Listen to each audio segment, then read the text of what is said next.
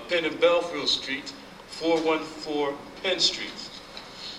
We invite you to come out where we engage in the art of pro and conversation as we search for the truths that are found in the Quran and the Hadiths. We challenge you to come out and exercise and or exorcise your mind.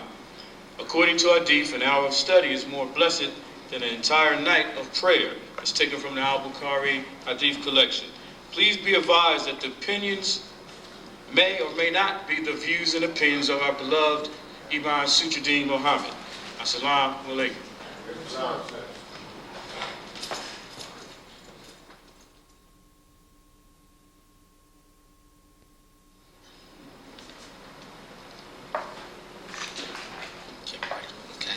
Yeah, we just like to greet you all, welcome you all here at Masjid Muhammad. I'd like to take the opportunity and time to greet you all with the greeting words of peace. Assalamu alaikum.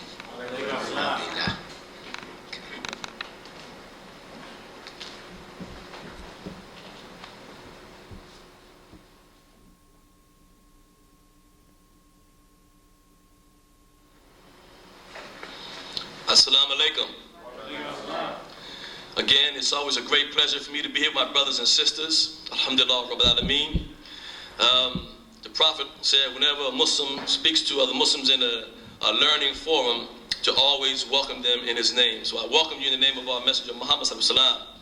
And again, thank you for coming out, because I know there was other things you could be doing. As you know, we're going to have our program Islam in Focus following my brief talk, inshallah. Last week, we were reading in Surah 6, a couple of very important ayats, and I want to revisit that. Because there was one ayat that we read through, but we don't really focus on it. And the thing is, as I've explained to my brothers before the class started, each thing that God created has two aspects of its existence. Its outer existence and its essence, which is the inner. A good example of that is if you take an egg. The egg has a shell, but its substance, its essence is inside the shell. If you remove the shell, then you're there at its essence. The same thing with verses from the Quran. The same thing with the sayings of Muhammad. There's some you can take literally, but everything in the Quran also has a hidden meaning or a deeper meaning. And that's called the meat and potatoes, which a lot of us fail to grasp. Assalamu alaikum. Alhamdulillah. Everybody have a Holy Quran? If not, if you can tolerate my babbling, inshallah, I'll read for you. But I want to go to Surah 6 again, and Ayat 32. Assalamu alaikum, sister. Alhamdulillah. Allah be praised.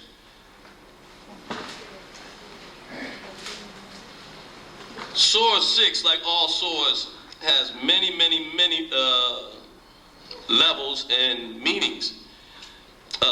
The Quran is a book that you just can't read. You have to meditate on it, and you have to pray upon it so that Allah will reveal to you the essence of the verses. The verse says, وَمَا الْحَيَاةُ الدُّنْيَا إِلَّا لَعِبٌ وَلَهْوٌ وَلَدَارُ الْآخِرَةُ خَيْرٌ لِلَّذِينَ يَتَّقُونَ أَفَلَا تَعْقِلُونَ. Listen to this. It's very important. And this world's life is naught but a play and an idle sport. And certainly the abode of the hereafter is better for those who guard against evil. Do you not then understand? When you look at this verse, the first thing that might come to your mind is, as far as sport and play, basketball, pastime issues, right?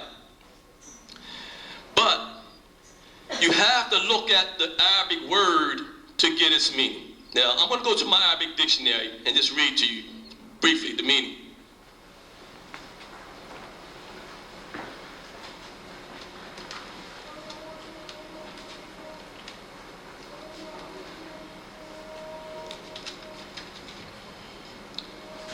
Laiba is the word that's listed as for play. And it says, to play, disport, drool like a baby drools, jest, pastime, engage in idle sport without meaning or purpose. Okay? Now, the other word, lahwa, to preoccupy, beguile, distract, play, divert, forget, delight, turn away. The reason why I gave you the meaning is because it reveals what that verse means about sport and play. It's talking about the things of this world that distracts you from the remembrance of Allah. If you understand who you are and what you are, you would see the truth in that verse. The thing is, people, they read the verses, they go to the next verse, forget about that verse. But that's one of the key verses in the Quran that's supposed to get the human being to reflect. What are the things that distract the human being? What is sport and play? Sport and play and distraction is anything that takes your mind off the focus of your eternal reality. Anything that takes your mind off of the truth of your Creator's existence. Do you understand? We could talk about this one verse for the next 1,400 years and not touch its full meaning. Why? Because wherever you look, you see a distraction. Wherever you pick up, it takes away from the remembrance of Allah. And these things blind you to your true humanity.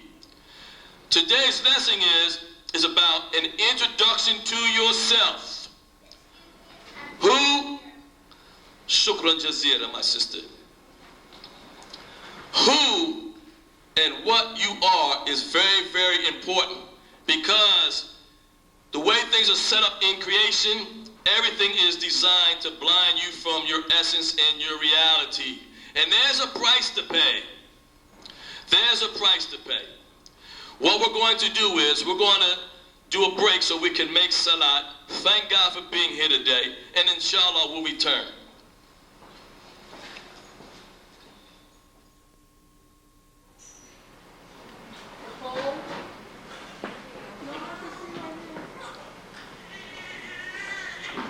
Assalamu alaikum.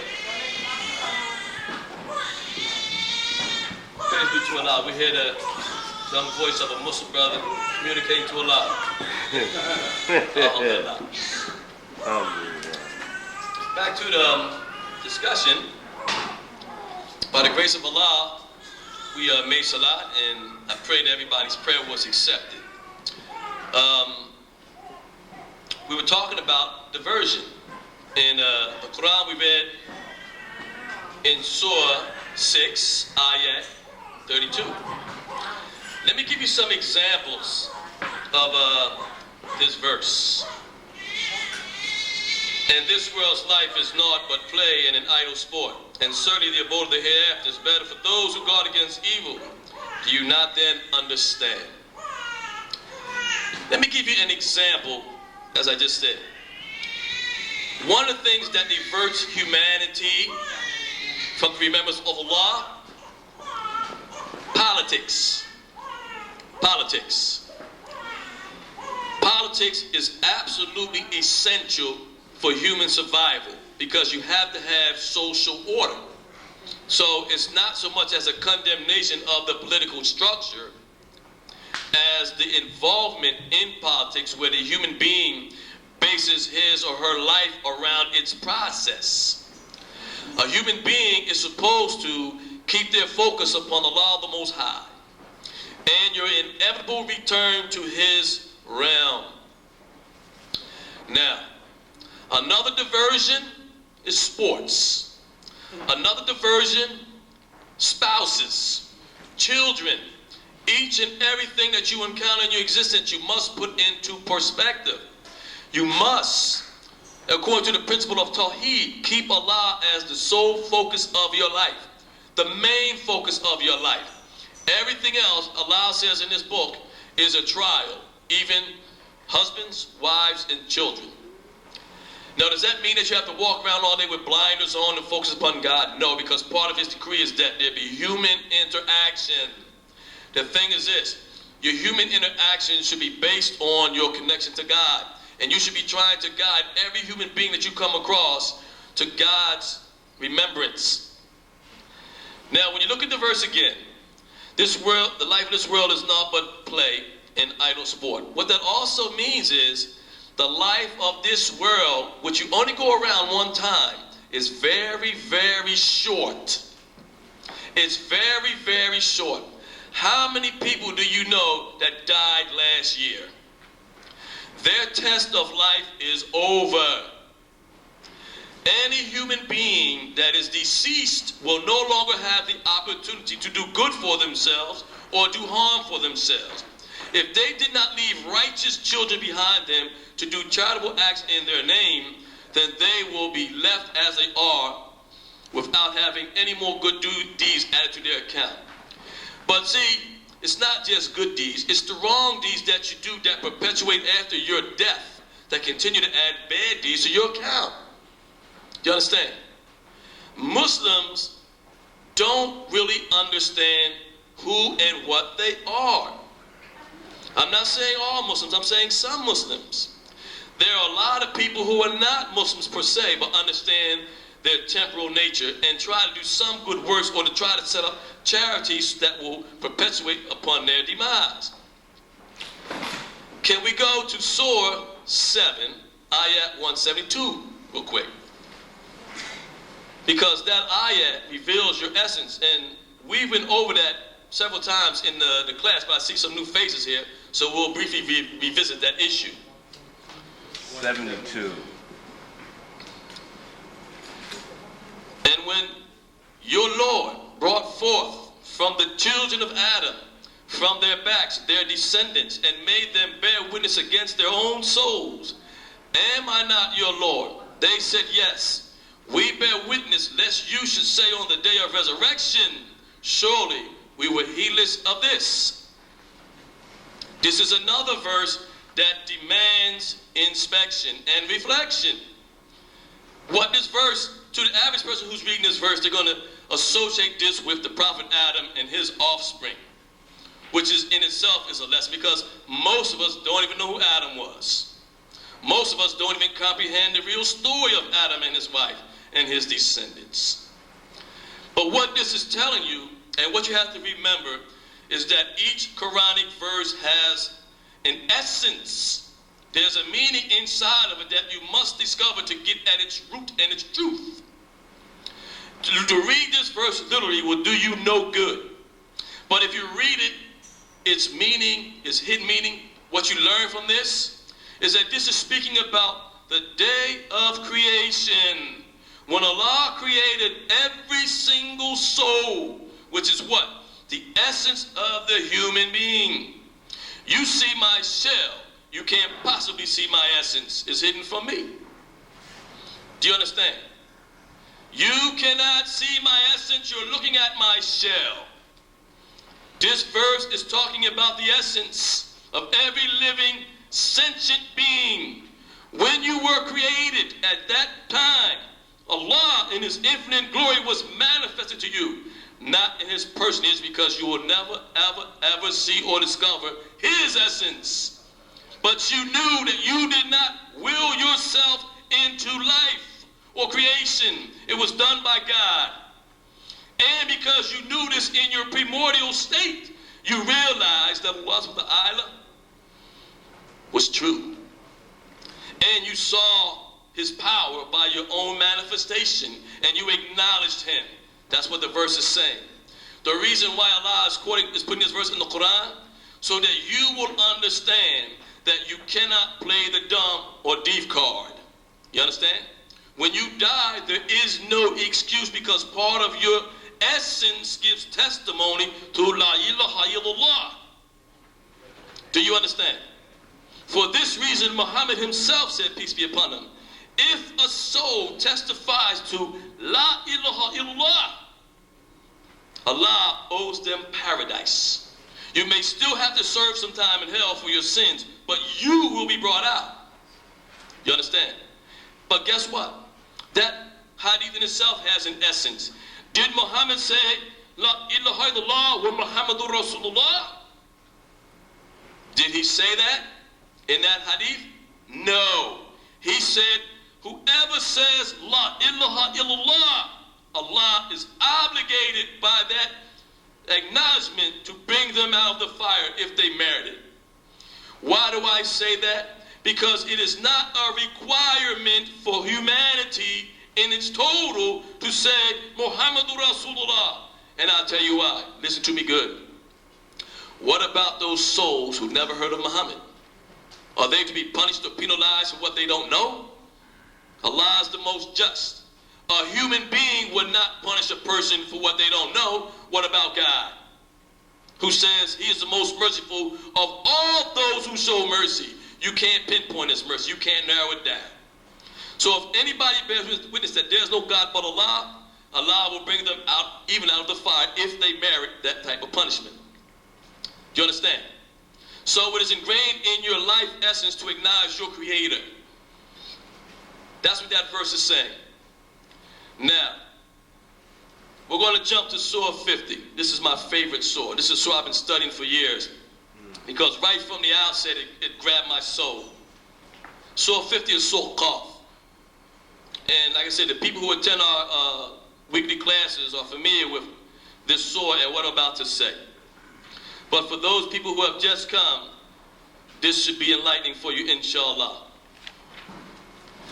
I'm going to keep my talk brief because we have our dynamic speaker and moderator waiting to educate us in Islam in focus. We're going to go to ayat 15. It says, were we then fatigued with the first creation, yet are they in doubt with regard to a new creation? This is Allah, the Most High, talking to men, to humanity, who don't believe that they will be resurrected and judged for what they did in this life, who think that it's impossible for Allah, the Most High, to recreate the human being after it has become deceased. But now listen to this. He says, and certainly we created man, and we know what his mind suggests to him, and we are near to him than his life vain. Again, that's the shell of the egg. Look at the essence. Allah is telling you that energy inside your flesh that propels you, the energy inside your flesh that causes you to think, to rationalize, to make decisions, Allah is closer to that than you possibly are to yourself. That's what he's saying. He's saying, like we read last week, he knows your secret thoughts, what you hide and what you manifest. He knows it. You can hide your perversions from another human being, but Allah is a party to it. Do you understand? You understand? Praise be to Allah, he doesn't punish us for what we think. He punishes us for what we do. But he rewards us if what we think is good. Again, he's the most merciful of those who show mercy. Now, when the two receivers receive, sitting on the right and on the left, he utters not a word, but there is by him a watcher at hand. It's talking again about your inner essence. You are not alone inside that entity which you call your jism or your body. When Allah tells you, or when Muhammad, peace be upon him, said there's an angel on the right and on the left, when he tried to clarify it, when Allah said in the Quran, it doesn't necessarily mean that you have sitting on your shoulders with pens and pad, angelic beings who are recording what you say. Do you know what part of you records what you say? Your brain. There's aspects of your brain that record everything you see, what you pay attention to and what you don't pay attention to. But there are sentient living beings around every single human being to assist you in your life. Allah tells you this. So there are recorders recording all your needs, and the reason why they have to be distinct from you, because you can cry, wait a minute, I was sick that day, I did this, I did that, that part of me is misquoting me, yada, yada, yada, but we've got individual beings actually recording what you do, you have no defense. You understand? And then Allah says, and the stupor of death will come in truth. That is what you were trying to escape. This verse is connected to the other verse in Surah 6, ayat 32. What were you trying to escape? Your inevitable reality, your death. Therefore, everything you did was to glorify your existence in the life of this world, making no mention or preparation for your eternal life which is to come. The stupor of death will touch every single one of us. Every single one of us. Each day, each night, you should be reflecting upon that, because you could leave at any time. Read the obituaries. How many of you lost a friend last year? A family member? Guess what? Each and every one of us will have a tag on their toe. It's inevitable. Why are you making preparations? You are going to die. You are going to die. It's a part of your existence. But you know why people try to avoid it? They don't understand it. They think it's the end of their existence, that there will be no life force left for Allah to judge. Death is not the end. Death is the separation of the essence. It's like taking the egg and cracking it open and letting the yolk come out. Your shell is going to break. And guess what? Most of you, your families will be looking at your shell, crying over you, spending lots of money for you to be put in a hole when your essence is free and gone. Muslims do not glorify the shells. That's why you think we hurry up and get you buried, because you're going to start stinking. Do you understand? We don't glorify shells. The only people who do that are people who don't understand this book and don't believe really in Yom Qiyamah. If you really believed in Yom Qiyamah or the resurrection, you would look at the person's body and say, let's hurry up and get this thing out of here. If you understood the Quran, you would say, let's hurry up and get that meat buried, that lifeless carcass. Like my brother Imam is famous for saying, a human being is a soul dragging around a corpse. Dragging around a corpse. Do you understand? The minute you forget your ultimate goal, the minute you become entrapped in the life of this world. Hence, back to that verse. Surah 6, verse 32. Now, and the trumpet shall be blown. That is the day of threatening. Listen to this. Very important. And every soul shall come with it a what? And what? A witness. What is the essence of this verse? What do you learn from it? Soul can't move by itself. Alhamdulillah Rabbil Alameen. Did you hear what he said? The soul does not have the ability to transport itself. Why do you think your soul is entombed in this? Because this is what manifests the desire and will of the soul. Your bodies. It's only a vehicle.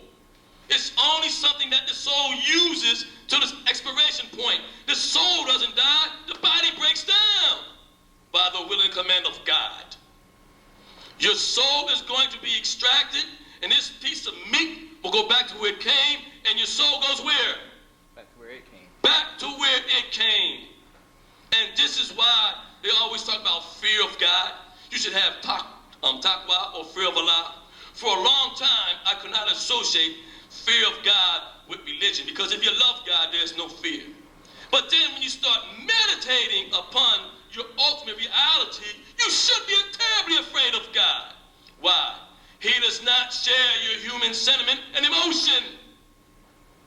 He kills kids. He destroys civilizations. I shouldn't have said that. See the little girl there? And the kids, I'm sorry. He's very nice to us. I apologize. I'm trying to get the adults to see that our situation is very, very serious. And we need to impart this into our children so that they grow up with taqwa. See, the thing is this. The prophets, like the brother asked me about the prophets and their choice to do evil or good. And I explained to them that Allah subhanahu wa ta'ala showed them, the prophets, the end result of the human endeavor in this life. They're going to get this or that. And then we talked about, if I told you there was a man with a gun around the corner waiting to blow your brains out, and then you happen to peek and see him, but he didn't see you, are you going to go around that corner? Only a fool will go around that corner. That's why prophets don't sin, because they saw it. They know what was waiting for the human being. Do you understand? And that verse is so important. And every soul shall come with it a driver and a witness. The soul has not the ability to propel itself. Once the angel rip your soul out of your body, you're helpless. There's no running. That's why I think God said there's no place to flee. You can't flee because you will be in the grasp of the angel who flinches not in executing Allah's will. Do you understand? You'll have a witness there with you. That witness is that are the angels who recorded everything you did, good or bad. That's what's waiting for you. This is what's waiting for you when you become deceased. Every single one of us has that waiting for us. Certainly, you were heedless of it, but now we have removed from you your veil. So your sight today is sharp. What is the veil, class? What is the veil? Carcass, your body. Absolutely. This is your veil. This is your veil. While you are in your flesh, all you want to do is satisfy your desires and appetites. All you want to do is have food, water, family, good job, kids, things that what? Sport and play, things that connect you to the life of this world. But your sight will become sharp once again. And this goes back to the verse in Surah 7, Ayat 172. It's all connected. That day of creation, when you acknowledge God, once you're from here, you acknowledge him again. Now, his companions shall say, this is what is ready with me. And then it will be said, do cast into hell every ungrateful, rebellious one. Listen to this. Forbitter of good, exceeder of limits, doubter, who set up another God with Allah, so do cast him into severe chastisement. No, it's not talking about people who worship idols. The other God with Allah is the things that are pastimes, the things that you gave importance to more than remembrance of Allah. Very few people in the world today actually still worship sticks and stones. They're still here. But most people don't do that. They worship material things, cars, jobs, money. Do you understand? That and these things are good for you, but don't put them in the place of Allah. Keep the remembrance of God in your thoughts. His companion will say, our Lord, I did not lead him into a northern sea, but he himself was in great error. Why did his companion say that? And who is the companion? The companion is the angel. The companion is everything that you can conceive and concoct to try to put the blame on. Why you did not remember Allah. Why you did not honor him. Why you weren't fair to other human beings. Why you persisted in your denial of reality. Why you allowed the things of this life to blind you to your inevitable event. And Allah will say, do not quarrel in my presence. And indeed, I gave you the threatening beforehand. Every human being, at least you know about the threatening beforehand. You understand? It's going to come. It's going to come. My words shall not be changed, nor am I in the least unjust to the servants. The Sharia of Allah, the Sunnah of Allah does not change. What is it? to acknowledge him, to pray to him, to treat all human beings fairly, to help those who are hungry, to help the poor. Do you understand? And I'm going to close on this note. What you see in the so-called Islamic world is not what is represented in this book. What you see in the so-called Islamic world is not representing the teachings of Muhammad ibn Abdullah sallallahu alaihi wasallam. Do you understand? One of the things that has blinded the Muslims is the nonsense of sectarianism, the nonsense of schools of thought, the nonsense of exclusivist orders, the nonsense of the conception that you must follow an individual before you follow Muhammad. There's no individual who can guide you to Muhammad except you. Because what does Allah say in the Quran al-Kareem? What does he say? What did he say in Surah Rahman? In Surah 55, what did he say? Whichever favorite book you do not.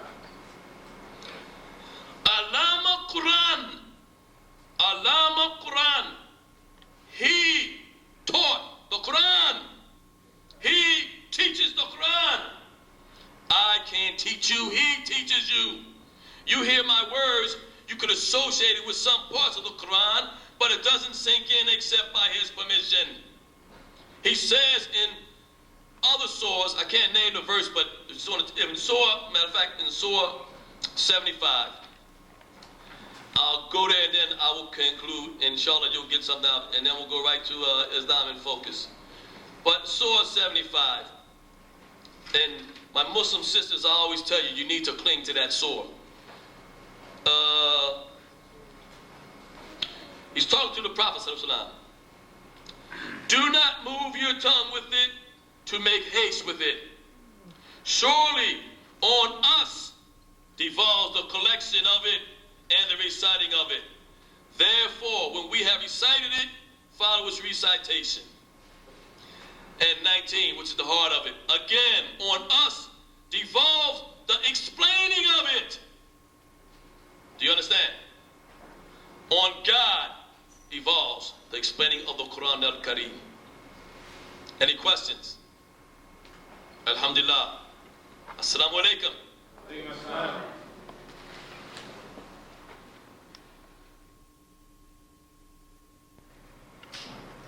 Assalamu alaikum. And welcome again to another segment of Al Islam in Focus from an African American perspective. My name is Imam Jamil Abdullah. I'll be your host and moderator today. We're going to deal with a very important topic. And the topic today is sisters that are marrying brothers that are incarcerated. We want to know from you and them whether they feel it's a good thing or is it bad. So we invited some very distinguished guests. First we have Sister Mukmina Days, who was also a member of Masjid Muhammad here in Philadelphia, PA. And we also have a special guest, Imam Muhammad, who's the resident imam here at Masjid Muhammad. And we're going to begin our questions. First, I'd just like to open it up to our sister Mukmina. If you can tell us, just give us a little bit about yourself and what inspired you to come on this program to talk about the issue. This issue is very important to me. I have a lot of background. I've been running a prison van service since 1993. And I'm still running that service right now today. I take mothers, sisters, brothers, cousins, uncles, and I also take wives and girlfriends out to the prisons to see inmates. Sometimes they call me up, they want somebody to listen to their story, they want somebody to hear how they feel, what's going on, and I'm usually that ear, so I've heard lots of stories. And Imam Suddin, if you could just give us a little bit in relationship to how do you feel about sisters that are marrying brothers that are incarcerated? Well, one, I think it's a very serious situation that's happening. And, myself, we used to look into it and to see what all that entails.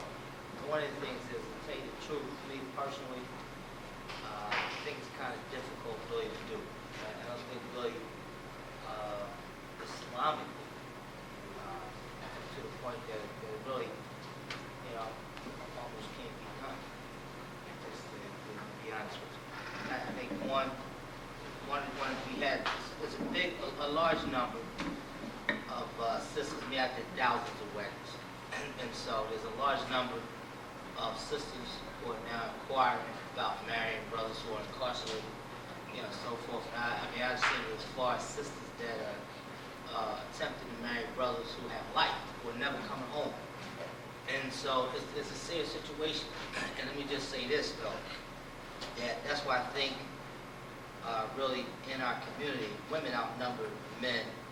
Some say 7 to 1, some say 11 to 1. And then when you're talking about a good man, it might be 20 to 1. And so when we look at that, I think that's why really the need is so big, in our community for brothers to begin to marry these sisters and take on sisters and so forth, because the sisters are trying to marry brothers who are incarcerated. And one important mind to me, once you marry a person, you have to consummate the marriage. And so I don't know, that's got some other tricks up in prison or what have you. I don't know how it can almost be done. So you have to consummate the marriage. There's also a dowry, a gift that has to be given. And then the man is responsible for maintaining and providing for the sister as well. And so it's just a difficult situation for something like that to take place. Sister Lamine, I do recall that you sending information to the office that you had experienced a situation like that before. You don't mind, can you articulate on it? Yes. I was also married to an inmate. I got married back in '89, and I was married up until 2002. About that time. And how was it? Was he able to provide for you, or did he send you commissary money, or I don't know? How was he able to take care of it? I'm just asking. The truth is, I always worked. Okay. And I always consider myself to be a feminist. Even in Islam, I consider that. But at the same time, I hear you. And no, he did, well, yes, he sent me everything he made. But no, it wasn't enough to keep the household running. But I want to say the background to that was I was married before to a gentleman out here who was supposed to be a good man. Right. But that was a very horrible experience for me, my first marriage. And so I started traveling with another sister who was married up in the prison. And I traveled with her. And at the time, in my head, at the time, it seemed like something that would work. We made it work for 10 years. But really, in the long run,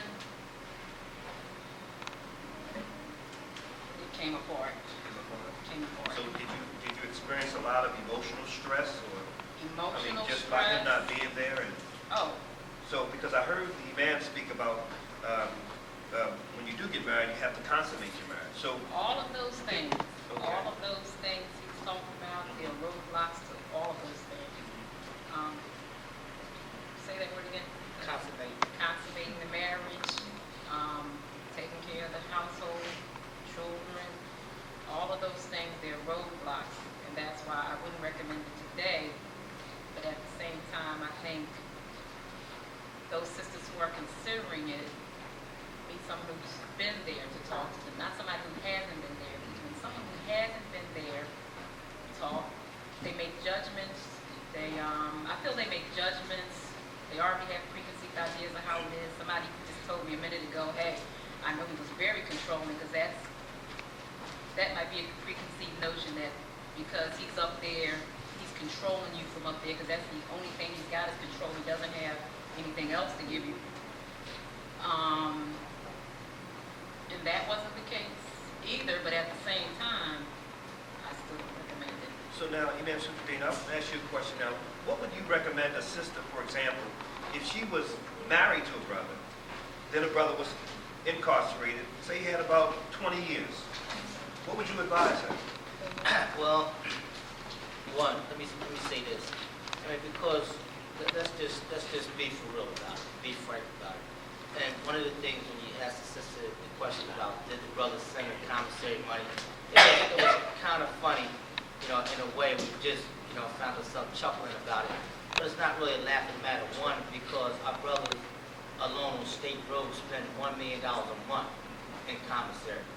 So there's a lot of money there somewhere. They spend almost $1 million a month in commissary. Two, when we're talking about, again, consummating marriage, and then, we're talking about brothers who are married already, two sisters, then find themselves incarcerated. Now, that's a sticky situation, where you really have to look at that, because all kinds of things can transpire there. I mean, if you're really looking at it, you're talking about a guy doing 20 years, and he leaves a wife out here, or she has 3 children, 4 children, 6 children, to leave a wife out here with those many children. I think one of the things is that you would have to begin to think, do you want to release the sister in kindness? Do you want to let her go? And so forth, because in a situation like that, there's just all kinds of doors that can open. If he can't be with the sister, people have needs and so forth. And so if he can't be with the sister, it leaves doors open for, other people to approach her. That's one thing that you really have to think about. Another thing you have to think about, leaving her behind with all of these different children, all these different bills, and you're not able to take care of those bills, take care of the sister and so forth. And so I would say, me personally, that if I found myself in a situation like that, I pray that I never do. But I would have to look at probably just releasing the sister, divorcing the sister, and allowing her to go on with her life and be able to live a life that Allah will have her, really live. One of the things that I do want to say when you're talking about incarceration marriages, one is that we have a lot of people who pray and play on a lot of our sisters who are out here. And what happens is that you have sisters who don't know these guys from anything, and their friends introduce them to a guy up in prison. Next thing you know, you got an $800 a month phone bill. Next thing you know, you taking out your time from your family, going up visiting this guy. This guy don't even know you, and so then you're taking away from the money from your children and so forth, putting it on this guy's books, and so a lot of times, what I find a lot of marriages like that, they're not going to say all of them, but probably 80% of them really is almost like a joke. Really, when you start playing on sisters like that, the phone bill is $800, the sister traveling 6 hours, every 2 weeks to come visit you, getting on this bus 4 o'clock in the morning to go visit this guy that she never knew, that a friend introduced her to. We heard so many horror stories. And me personally, I wouldn't marry a sister to a brother that's incarcerated. I wouldn't perform a marriage. I just want to piggyback on what you said about being able to take care of her. And one big thing that came up a lot is he couldn't even protect me, but I do want to say this also. It would have been the most unselfish thing also, and kindest thing, was then him to have released me from that marriage. But he was very selfish, and he did not, and that's okay. Well, I took care of that later. But just to be protected, there were certain situations where brothers approached me, and I had to say, no, I'm married. And other things would happen in the street, and who could I call? Who could I turn to? My helpmate? No, he's incarcerated. Who could I get to help protect me? I have family. I have a network of people. We had a network of people, but he was still absent from being able to even protect me. Just wanted to bring that up.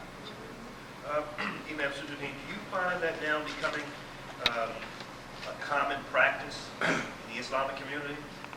Yes, without a doubt. One, because of this show, Islam Today, we're grateful to it, and for the class that takes place prior to this, we're grateful to it because the practices that you see happening in Islam is because 80% of the people don't know the first thing about Islam. And so they only really what they're told, what they're hearing. A sister comes in Islam today, she's a new shahada, she hears the martyr, she has to get married. She goes looking throughout the community, there's no available brothers. You know, then somebody comes up, well, I know a brother in prison, why don't you write him?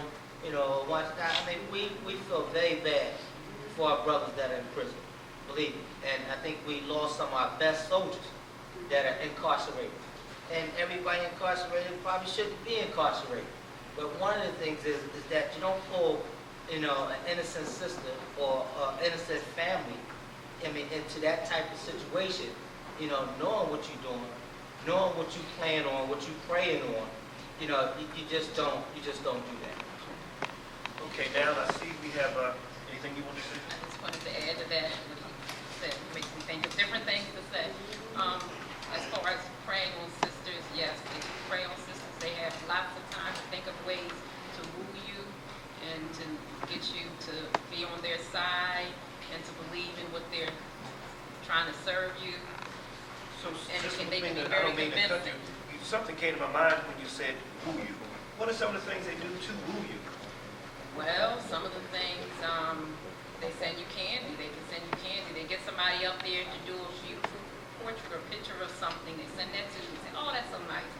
They know all the nice things to say. Sometimes, really, when I think back, and I think back those 10 years and the letters we wrote back and forth, I wrote a letter about what's going on outside, and that was his connection to the outside. He wrote me a letter about how much he loved me. And mostly, when I look at it, most of his letters, that's all they were about was how much he loved me, not about who he was, what he did. Even though I had his papers, I thought I had his papers. Found out later I had an abbreviated version of his papers. What kind of papers are you talking It's about? court papers. It's Court- color okay. papers. That let you know why they're there and what happened. That's my thought. Oh, well, thank you anyway. We're going to just take a commercial break, and we'll be back, inshallah, God willing, in 3 minutes. Thank you very much. Assalamu alaikum.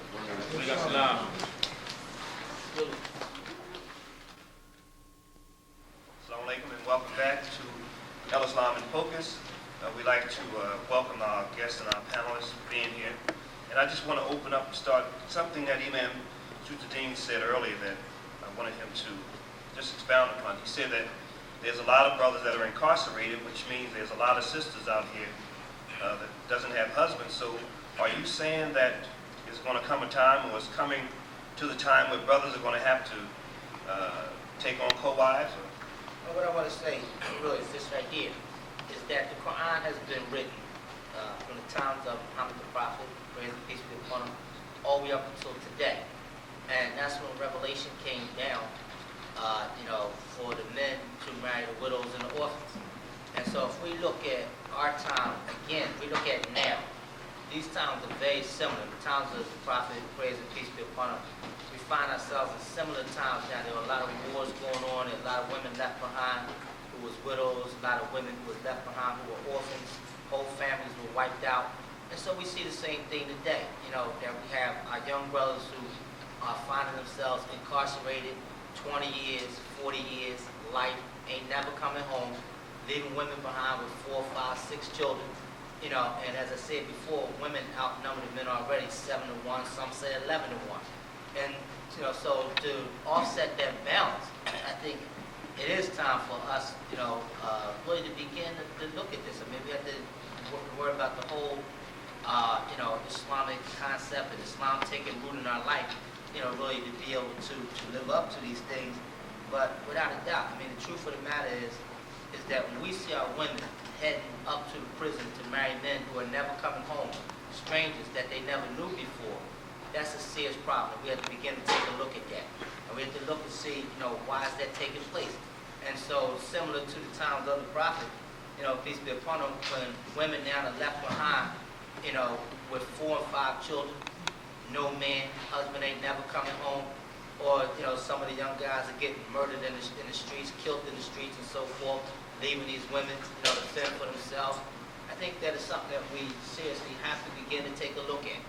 And I say that this is very serious, because if we laugh at the matter, or laugh at sisters who are trying to go up to the prison and marry a brother, I mean, because really, you got to really look at that. For a sister to go up to want to marry a man that she never knew before, the guy is never coming home in his life, can't provide for her, you know, he's making 25 cents a day or 25 cents an hour, you know, what have you, then I think that, you know, the obligation falls on us, the men that are left behind. to begin to look at the extension of our family, and be able to take on something. I think that was true. We have a new guest with us today, Sister Asada.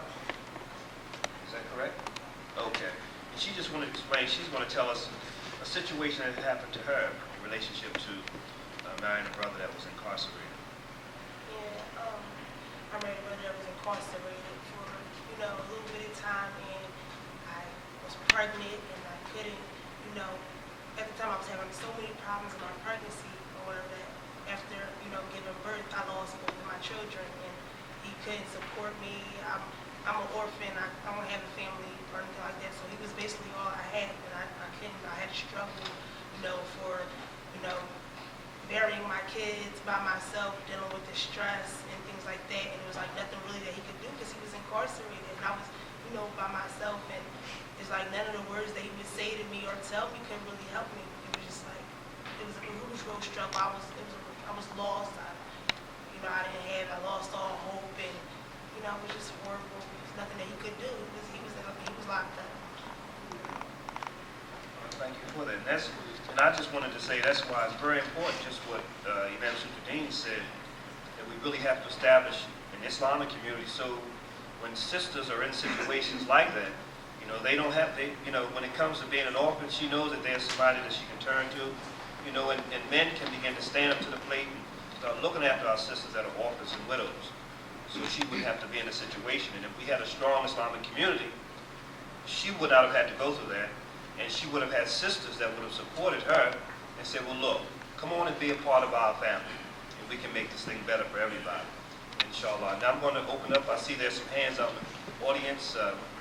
Yes, my brother. I was just touching on the basis of the polygamy might have to start, happening.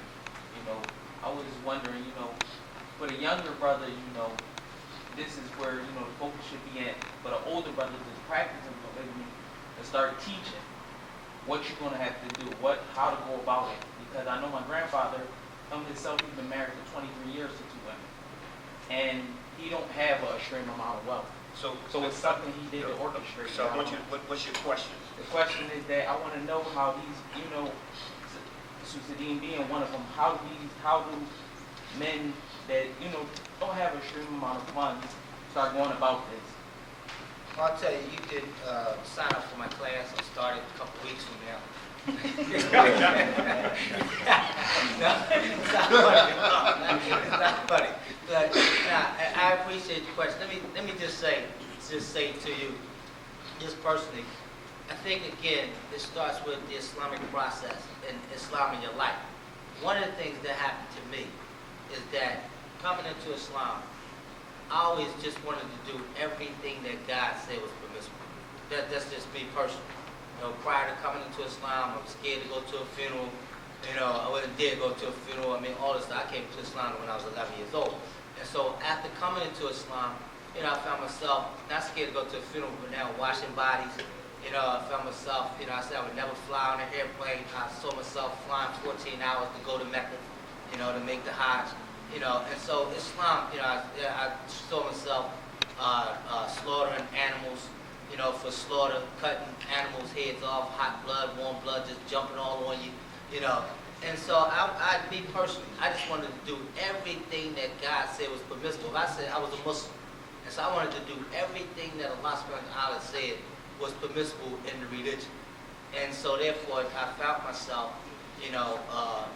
taking on another wife, found myself in that type of situation. And I think one of the things that you really got to look at, though, is that we have to look at it as an extension of our family, and so the time are very similar, just like in the times of the Prophet, that we have to see Islam as real today as it was then, but we got to see it for our time now. And so, just like I said, young brothers are being murdered in the streets. They're leaving sisters behind with 4 or 5 children. They're going to jail forever, never coming home again, leaving these children behind, and so forth. And so, the reality of it is that we got to deal with it. We're dealing with one situation or with one topic about them going and marrying brothers that are incarcerated.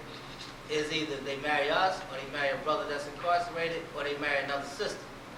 That's the reality of it. And so that's what we had to begin to deal with. No, we got to keep it real. A lot of people, they don't want to deal with real stuff. And Muslims don't think that a lot of those real topics and issues affect us, but they do. And so we live and we real people. You know, this stuff affects us just like it affects anybody else. And so we're going to be on top of our job. And I think it's an excellent question. You know, it's not something really almost that you can almost really just teach a person. You know, like I said, first the Islamic process has to really take root in your life. You have to really love Allah. You have to really, you know, believe what you say you believe in.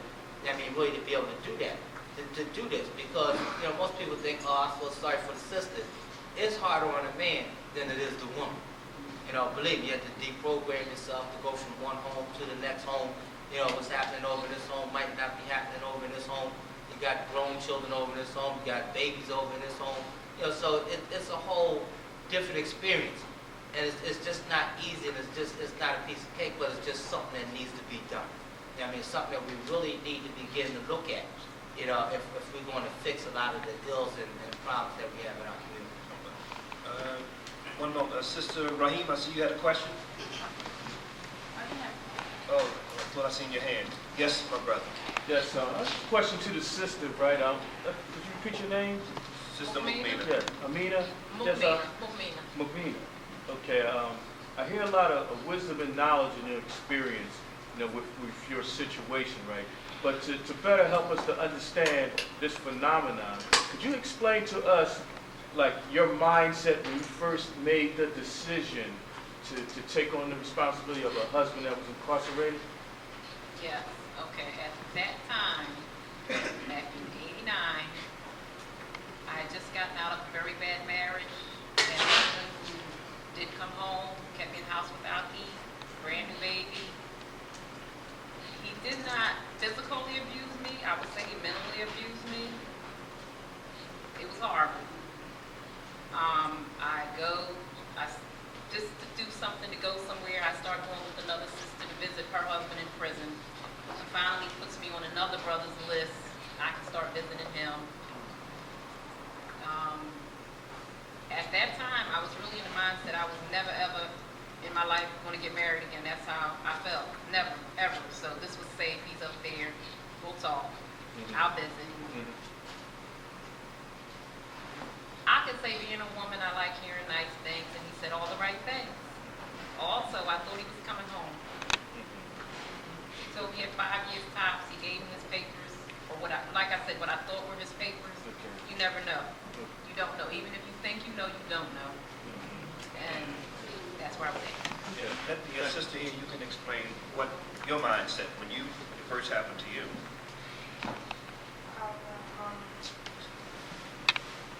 The only reason why I did accept this person is because I grew up without a family, without somebody to love me, and I ran looking for love in all the wrong places. And he told me what I wanted to hear. He said that he loved me. He made me feel like a person. So whatever he said, you know, I took to it. I like something like a leech. I clicked to him and I held on because he was all I had. I ain't have no family to turn to. I ain't have a mother or father to tell me what's right and what's wrong. You know, so he was my mother, my father, my husband, you know, soon father would be of my children. And I didn't want to be with nobody else but him. He was all I knew. You never know what someone else is going through. You know, so and we're saying that we have sisters here at Masjid Muhammad, and we appeal to the sisters, make sure you take her in. You know, bring her into your family. Give her a hug and let her know that you're going to be there for her and do whatever you can for her. And let her become a part of our extended family, inshallah. You had a question, brother? Yes. This is actually directed towards the sisters. Now, so many sisters have hang-ups with being a boa. Right? And I just want to know, just from the sister's point of view, and talking to other sisters, you know, what's the vibe on that? What's the biggest hang-up that a sister has Very good in question. being a boa?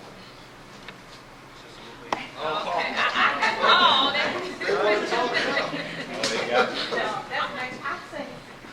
think personally, I'm speaking for myself, I think a brother has to have his top lock in place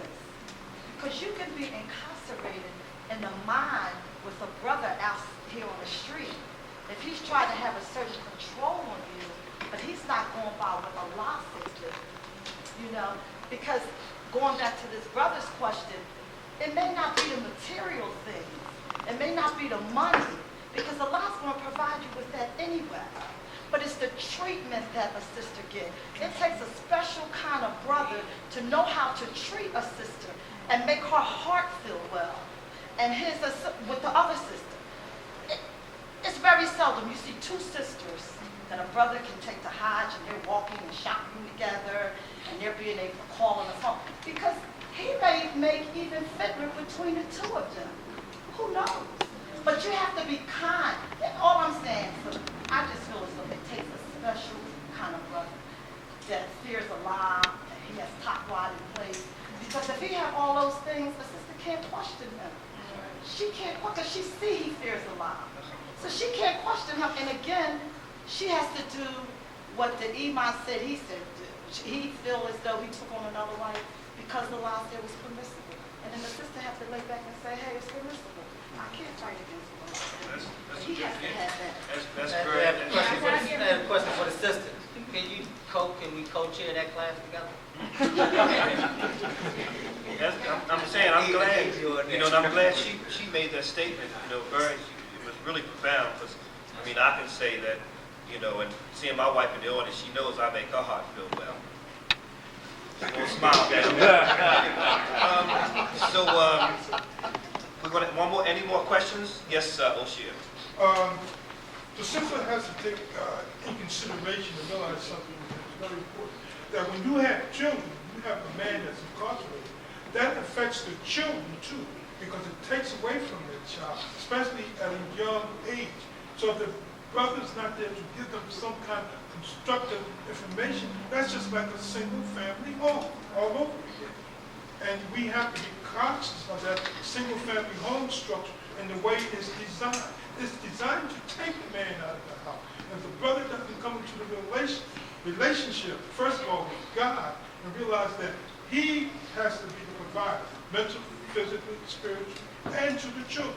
He cannot offer any constructive spiritual information if he's incarcerated to his children. We're gonna have one more question, then I'm gonna ask a final question to the panelists. Brother Idris. Yes, I have a question for the sister Lukmina. Was there anyone in the Islamic community that you were in that advised you not to go into the marriage because that the brother was incarcerated and he couldn't provide for you? Or was it mostly the consensus that it was okay to marry this brother?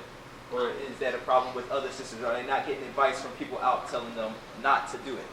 You know what? Assalamu alaikum. Welcome back to El Islamic Focus. We're going to have a question from Sister Khadija, and then our young sister want to respond to the question that Brother Oshia had in relationship to the children. So, Sister Khadija. Walaikum salam. I wanted to know who, like, on a polygamy, when the husband decides to open a second wife, does it benefit him or benefit the first wife?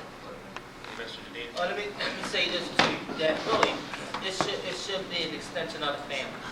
And so really, like I said, it's not really so much to benefit him. It should be an overall thing. One, it should be taking on someone really who needs to be married, needs a husband, and need that family life and so forth. It's an extension. You find some people say, well, I don't care, I'm the first wife, and that's the second wife. It don't go like that. I mean, it's an extension of the family. You're bringing in, you're expanding the family, and you're extending the family. So it shouldn't be so much just to the benefit of the man. It should be of the benefit of the whole family situation. You know, it should be for the benefit of everybody that's involved in it, not just the man. And like I said, a lot of times don't, make that mistake, that a lot of people think that it just benefits the man, it only benefits the man.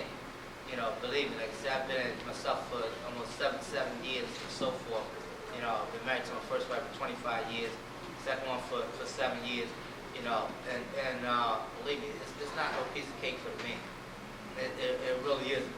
And like I said, one of the reasons that I did it, again, one, I wanted to have more children, but also, that I wanted to be able to do what Allah subhanahu wa ta'ala said that was permissible for me to do, able for me to do. And I wanted to be able to do it right. You want to be able to do it right. Like I said, it's not easy, it's not a piece of cake. You want to be able to do it right. And it's not so much who is what's going to benefit the man or whatever.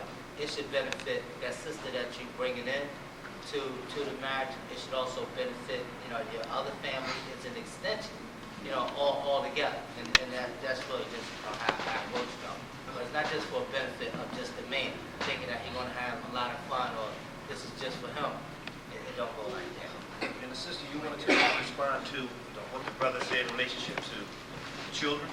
Yes, it wasn't just about, having children, because I know that, it would have been a big discrepancy with me having children and raising them on my own because I really couldn't raise myself. But, like growing up in group homes and in the streets or whatever, like you have to adapt, you have to try to be accepted by, many people. So with me trying to be accepted by other people and changing so much, I lost myself.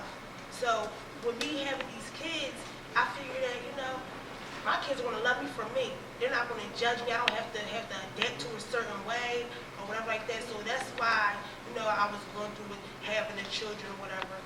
Because I wanted to be loved and accepted, and I didn't want to be judged. But in the same response to children, we need that love too, because at a young age, the children, where's my dad? They see mommy all the time, where's my dad? Where's daddy at? And those are the questions that you are going to weigh on you because he's not around. Yes, at the time, like, you really don't think about that. Like, I'm 19 years old. I've been, on my own and through the system since I was 2. Being abused, misused, and mistreated or whatever like that. So all that, like, it really didn't matter to me.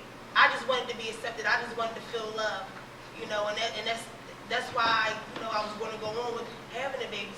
But, once I lost my children, I still didn't find myself. I'm still lost. I'm still alone. You know what I mean? And I'm still today trying to figure out like what's going to help me, what's going to make me better, and maybe it's like today I think I need to more so is love myself before I can have anybody else. That you're here today. Yes. But you know what? The children knew where their dad was, and they visited. So it wasn't not knowing where their father was or who they was, but it was the quality time. Right. Said, right. It was there. Quality time. You can't get quality time. Okay, we're going to close down now. We're running down to the time limit. I just want to ask the final question to the panelists, starting with my sister. What advice? You had a question, sister? Yeah. Okay. One more question, and then we're going to close it. Okay. Yeah, I had a question about polygamy. Okay, it says in the Quran that one is best. And I've seen a lot of situations with like brothers having more than one wife, and their kids are just running them up. They have like over 20-something kids, and like I'm like, how do you handle that situation? It's alhamdulillah you have a lot of kids, but how you gonna give them all attention at the same time? Or how are they gonna all grow up to be productive? But that can be done. If you're absent a lot. I mean, really, that can be done because it is not so much about being absent a lot. It's not about that because really, again, it's an extension of the family. The whole family should be together and so forth. Now, whether the wives are there on different days or what have you, doesn't mean that they can't spend time with the children. And that's very important. But one of the things that I find is this right here. We live in a society where a mistress is fine. Where 5, 10 girlfriends is fine. Where all this stuff, it doesn't matter. One sister told me that her husband, he can have as many girlfriends and stuff as he wants, as long as she don't know about it. And so that's not really a good situation because as Muslims, we don't live like that, we don't think like that. We want to do it right, and so, because the sin comes in when that woman can't be announced to the community as a married woman. That's when the sin comes in. When you hide the person, when she can't be out in the open, when people can't know about her, that's the sin. And so to get that off of you and to do justice to the woman, she used to be known in the community as a married woman. And so for a person to say, well, my husband can have all the girlfriends he wants, as long as I don't know, or he got a mistress on the side. When you look at the society, when so many people are against taking on a co-wife or doing the right situation, where you have so many politicians and presidents and everything else who have mistresses, sending the children to college, sending the money on the side, all this old kind of stuff. When you see situations like that, then when you see them now marrying men together, marrying women together, and you come into a situation that God says is permissible, and everybody's against it, everybody is up in arms against it. Now, I think what we need to do is try to figure out how we can get it right, and how we can do it right, to make it right. I see what you're saying about polygamy. Everything I'm talking about the children. How are they? They're not being productive. They're not, being productive citizens now. They going to jail. But it doesn't have having anything. kids out of wedlock and all that Doesn't stuff. have anything to do with polygamy. Doesn't have anything to do with that. I mean, that could be a person with one wife with 20 kids and the kids the same way. So it doesn't really have anything to do with having a co-wife or another wife. It doesn't really have anything to do with that type of situation of how the children will be raised up, and how they be. They're turning out to be bad. That's what I'm saying. Well, I mean, that's in a couple situations that you may know. Situations yeah, I right. know, but a lot of situations that I know are bad. I don't hear too many successful marriages where sisters are co-wives. Well, like Fro said, we do some classes and show people and teach them how to do it better and how to do it right. And I think just like you said, we need the success stories, to come forward, to say how, how to give them the encouragement and the advice of how it needs to be done and so forth. The only thing that I can tell you is this right here, that we're really, close, getting nearer and nearer to the end of time. Really, because all of the signs that the prophet told us to look for, we're seeing them, and all these different things. And so we just need to keep on moving as close to God as we can, and just try to do the right thing and try to lead by example, and get this thing as right as possible. That's what I would say. Alhamdulillah. So we're going to ask our final question to the panelists, and I'm going to start with you, my sister. And the question is, what advice would you give a sister that's going in that direction, meaning wanting to marry a brother that's already incarcerated? Think about it before you just jump headfirst into it. It's not easy. Sister Rita? I wanted to say that in addition to night longings, in addition to not getting financial support, he's going to miss a lot of milestones in your life. He's going to miss the birth of kids. He's going to miss deaths. He's going to miss graduations. He's going to miss special events. And every time you're at a special event, he's not there with you. You're going to be wanting him to be there with you. And you're going to be longing for him to be there with you. But he's not going to be there with you. Yeah, only thing that I think, and I think one thing, and really think about it, that it sounds like, brothers incarcerated are going to have a long night. And so one of the things, and one of the things that I would like to say, really, first of all, that Allah subhanahu wa ta'ala created the human being to be free. And so, really, try to stay out of those situations, as close and as much as you can, because it's not going to be a good situation for you. And I think, too, that the brother should expose to the sister how much time he actually has left. I mean, there's a lot of good people in prison. Everybody in prison are not bad. But he should definitely let her know. Don't lie to her. If I got 2 years, I got 2 years. If I got 5 years, I got 5 years. If I got 20, I got 20. If that person decides to make that decision, because one thing that you have to remember, too, that there's always somebody out here for everybody. You got to remember that, too. And you also have to remember that the women still outnumber the men 11 to 1 or 20 to 1, whatever it is. And so, if that person, finds a person up in prison, like I said, just me personally, I would perform marriages to people up in prison. I don't do that no more. I might did maybe 2 or 3 that I can remember, but that's something that I just don't look to do anymore. And so, again, but like I said, there's somebody out there for everybody. The brother should let the sister know how much time he has, left, and she needs to make that decision. But, again, sisters really probably need to look in the masjids, or even look at, going into a co-wife situation or something like that, before they just think that that's the best. Thank you very much. We'd like to thank our panelists for taking out time from their busy schedule. Again, we'd like to thank you, the guests, for being here. I'm Imam Jamil Abdullah. We thank you for being on our program, Al Islam in Focus, from an African-American perspective. Thank you very much. Peace be unto you. Assalamu alaikum.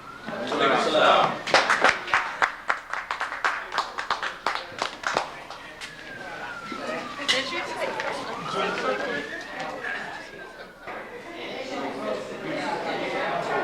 Today's Hadith class was introduced by Jamil Aziz. The Hadith class speaker was Brother Muhammad Al Mahdi. The director of photography, Bilal Hassan. Engineer, Bilal Hassan, Idris Guyton. Producers, Bilal Hassan, Idris Guyton. Executive producer for today's show, Suchuddin Muhammad. Director, Idris Guyton. Islam in Focus and moderator and host, Imam Jamil Abdullah. Lighting by Bilal Hassan. Writers for the show, Imam Jamil Abdullah and Idris Guyton. Director of photography, Bilal Hassan. Set director, Bilal Hassan. Artistic design, Idris Guyton. And we'd like to thank our special guests, Sister Asada Muhammad, Mukmina Days, and Imam Suchuddin Muhammad.